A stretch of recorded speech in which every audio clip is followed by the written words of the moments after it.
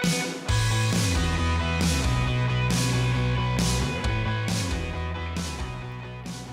right, welcome everybody to the Messengers Podcast. I am Chris Searles. And I'm Rob Seifert. Today we're going to talk a little bit about measuring your marketing efforts. One of the things we see a lot are businesses and marketers who kind of tend to throw darts at a wall a little bit. It's good that they're doing something. That stuff is getting out there, and they're either advertising or marketing their business in some way. But really, without measuring the effectiveness of what you're doing, it kind of almost negates the purpose a little bit. It's hard to then figure out, if things aren't working and business is slow. What are you doing in your marketing, your advertising that's not working for you?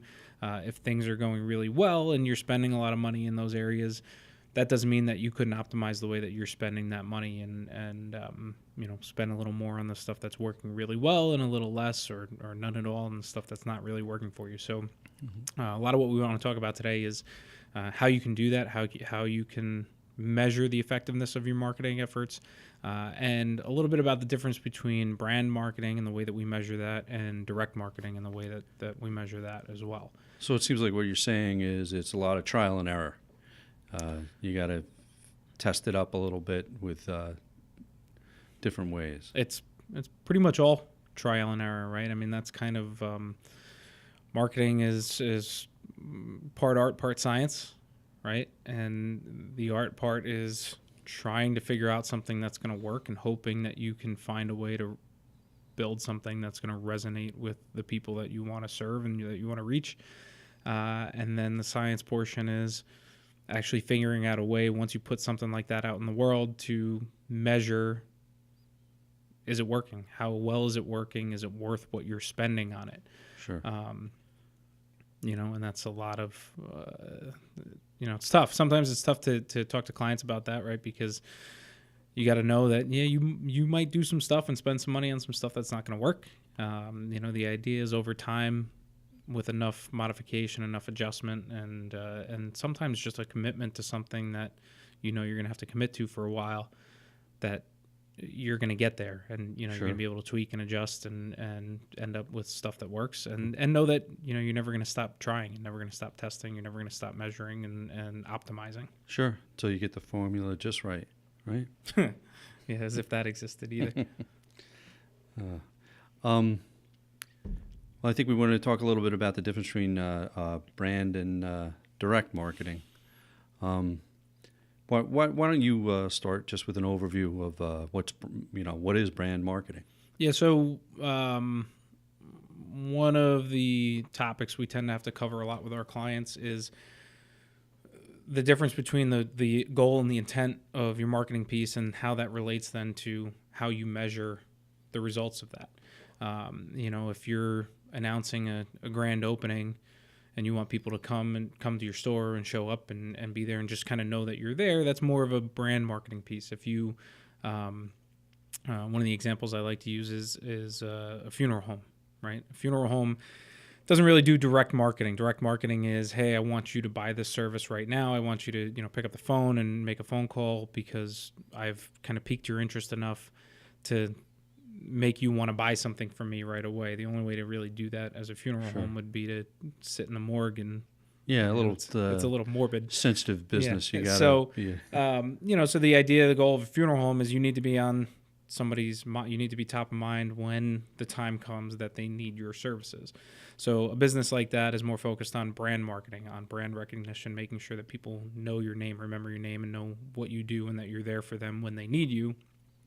Same thing with big brands, Sure. The Coca-Colas of the world, the FedExes of the world, the UPSs of the world.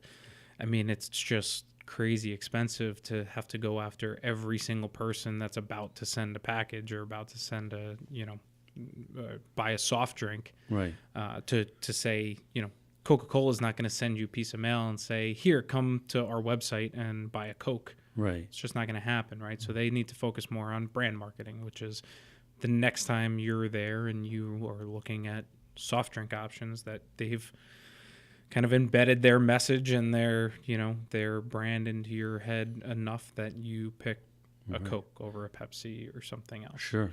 Well, Um, yeah. Well, like you're saying, I guess it's something to consider for a lot of small businesses and companies, not just the big companies, like you said, a funeral home or something like that.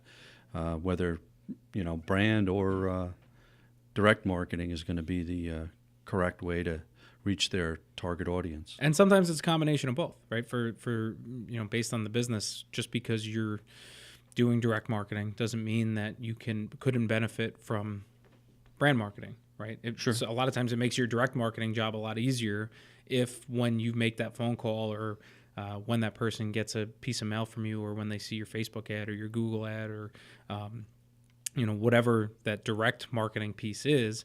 If they know your brand, they're familiar with your brand because they've seen it out there 1,000 times and they have it in their head, it does make that sales process a lot easier too. So that doesn't mean that both don't work or can't work. You have to pick one over the other. Really, as it kind of relates to what we're talking about today, that's just the difference between how you measure those things.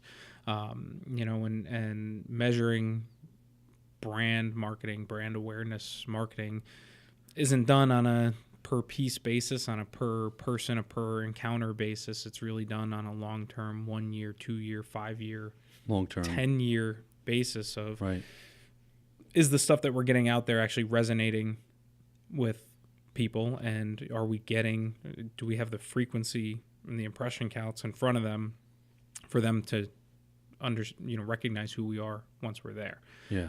And that that frequency aspect is a big thing, right? Because that's so statistically that's the approach is long-term marketing for brand marketing for the best results, because it really seems like it's a little difficult to measure. It certainly is a lot more difficult to measure. There's you can't really. It's one of those things where we always say attribution in general is difficult, right? If somebody picks up the phone and calls your business, what caused them to pick up the phone and call the business? Even if they say, "Well, I did a Google search." Did they click on an ad that you ran on Google? Did they do a Google search for your name because they saw an ad that you ran in a print publication? Did they see did they hear a radio commercial and then they Googled your name or something similar to that? So attribution is difficult to begin with, but for brand awareness, brand marketing type, brand marketing, attribution becomes a lot more difficult, and it really is measured on a much larger scale, much longer term scale, as far as do we really feel like people are finding us? Are they getting there? Are they buying from us? And are they choosing us over our competitors? Well, I guess I'll have to ask more specific questions when people call into the office. When I ask them how they heard about us, maybe that'll help evaluate it a little bit better. Yeah. Well, and that's the problem too, is how far do you actually drill down into pestering somebody for to measure that? No, tell me which one of the things I paid for got you to pick up the phone. It's just you're not going to do that to a certain extent. So we always ask how somebody heard about us, but again, that doesn't mean, or even if maybe it's a referral. Maybe you got a referral from a client, which is the best possible scenario, but that doesn't mean that person didn't say, "Oh yeah, I've heard of those guys." Right. Maybe I'll definitely make that phone call because I've heard their name 40 times already, and now you're kind of putting the icing on the cake and saying, "Yes, deal with them." And again, how do you attribute that? Is it really just a client referral, or was it the fact that that person might not have made that phone call had they not heard your ads on the radio for a year before they got that referral? So it is absolutely a little more difficult to attribute and to measure. All right. Well, why don't we talk a little bit about the more measurable method of marketing, direct marketing?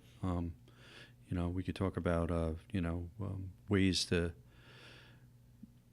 measure results through direct marketing. Maybe you could again explain a little bit more about direct marketing. So, direct marketing really would be anything that is individually targeted, right? I'm reaching a person because I believe that I believe they're interested in what I have to offer. I believe they are a customer that would want to work with me, or whatever the reason is, you've chosen to target that person, Right. whether it's through a phone call, a piece of direct mail, a Facebook ad, a Google ad based on a search somebody did. Right. All of that really is direct marketing. And that stuff is a lot easier to measure, and it's something that if you're not measuring it, I'd really go so far as to say don't do it. Really, the step one is a plan on how we're going to measure whether or not this is working, what the effectiveness is. Right. And it's honestly, it's never been easier to do that. I mean, to say an e-commerce store, for example, somebody that sells something online, whatever, doesn't matter what you're selling. Mm-hmm. You have an idea of what your margins are, right? How much that product costs you to make. You should have more than an idea. You should know what your margins are. Right. And you should know then what you can spend to acquire a customer. Sure. To make sure that you're not spending more to acquire that customer than what that customer is worth to you. Right. Now we can go down the rabbit hole of customer lifetime value, and it's not necessarily just that one purchase and that one interaction that measures that value. I would say that's maybe a topic for another day, but the bottom line is you should know what that is. You should know what that value is to you. And then very easily, if you're running Facebook ads, if you're running mm-hmm. Google ads, every one of those platforms has easy ways for you to be able to say, okay, I spent $1,000, I got 400 clicks, and 100 of those people converted as customers, mm-hmm.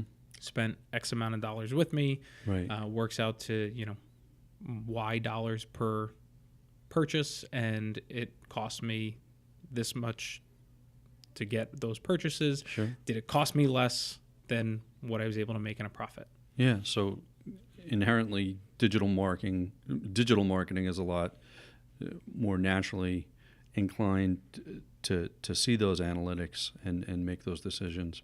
It's certainly a lot easier. Sure. Right. I know when we first started talking about this topic of measurable marketing, and thinking about the direct marketing we do here, I related it to what we're doing for a client currently, where you're going to create custom URL links on a direct mail piece, a postcard, followed by some letters, a full 5-tier campaign we're doing for them. And I received a lot of postcards in the mail and started noticing my daughter's applying to colleges. So mm-hmm. I'm getting a lot of postcards and direct mail from colleges for a lot. A lot. Yeah, a lot. Man. I remember those days. But many of them are employing that, that using that technology with the custom URL link in there, and using variable data in the printing where it's addressed to her specifically. So, I could see, that the trend is to measure things much more effectively now. Well, and it's a lot easier now, right? I mean, in the past, you used to have to, there were ways to do that, right? A lot of people, what they would do in a direct mail piece, it would be an 800 number, and that 800 number was set up and configured specifically for that piece, and there were ways to kind of, to measure how many calls were received to that 800 number. Now, with technology and software, right, we can do it with either your existing phone number, we can do it, which again doesn't really necessarily target it to that piece, but we have a call tracking product that we sell. Sure. Where we can issue you a new phone number, we can tie that phone number to a direct mail piece. We could tie, if you really wanted to really go out there, you could tie it to individual recipients, or not that there's a much of a point to that, but right. But you can have one on your website. You can have a phone number on your website. You can have another one that you use for your Google ads. You could have another one that you use for your Google Maps listing. You can have another one that you use for Yelp. You can have another one that you use for a direct mail piece. Another one you use for newspaper ads, and go down to not only how many people called those numbers, but record those conversations. use them for training purposes. If you want to train your staff, if you want to, your sales reps and whoever's answering the phones at your office. Right. So the marriage of the traditional, whether it's direct mail or newspaper ads or magazines, with the technology portion of it, to say, okay, well, we're going to use technology now to do our call tracking and our call recording for those pieces to measure the effectiveness, or like you were talking about, variable data, right? To then actually really target that piece, so it's not just this mass-produced piece. I mean, it is a mass-produced piece, but it's to the personalized. recipient, Sure. it's personalized, and Right. it's got their name on it, or it's got, whatever you want to do to actually customize that piece so that that person feels like, yeah, this was for me. Sure. And kind of marry those two things together, and then through the utilization of something like a call tracking solution, or what you were just talking about, we're doing customized URLs. Right. So we built out the software on on our clients' website to be able to actually upload their mailing list, generate individual unique URLs for every recipient that's on that list, and then being able to track who on that list actually went to that URL, downloaded what we wanted them to download, so that we can trigger a follow-up sequence that's going to occur after that. Yeah. And that's the difference between what we were talking about, throwing darts at a wall. Yeah, at the it's like a beginning. very granular approach. It seems like it really narrows it down, and you get some results there. Yeah, and the variable data seems like another topic we should discuss in the future. Mm-hmm. Yeah, you can do create some cool stuff. creative ways to work with variable data. Yeah, we don't need to get into that, but now. But that definitely is something we have some content for. Yep, future topic. Yeah. But, again, that's where I come back to measure. And not only measuring each piece that you're doing, but testing what you're doing within those pieces. It's never been easier to A/B test your ad copy, or, if you're sending out a postcard or doing a postcard versus a letter format, and putting different URLs or different promotional codes, or different phone numbers in each one of those pieces, and actually measuring which one of those is performing better, and being able to kind of optimize and tweak your marketing based on format, based on the copy that you put in there. I mean, every email marketing platform that's out there, at least all the ones that I'm aware of, that would be on the bigger side, has the ability for you to A/B test your emails. Automatically determine which one was a winner based on a metric that you choose. So I want to drive clicks through to my website. So here's one subject line and another subject line, and I'm going to test which one of them had better open rates, or here's link text or link as an image, which one of those actually caused more click-throughs to my product or my service. Sure.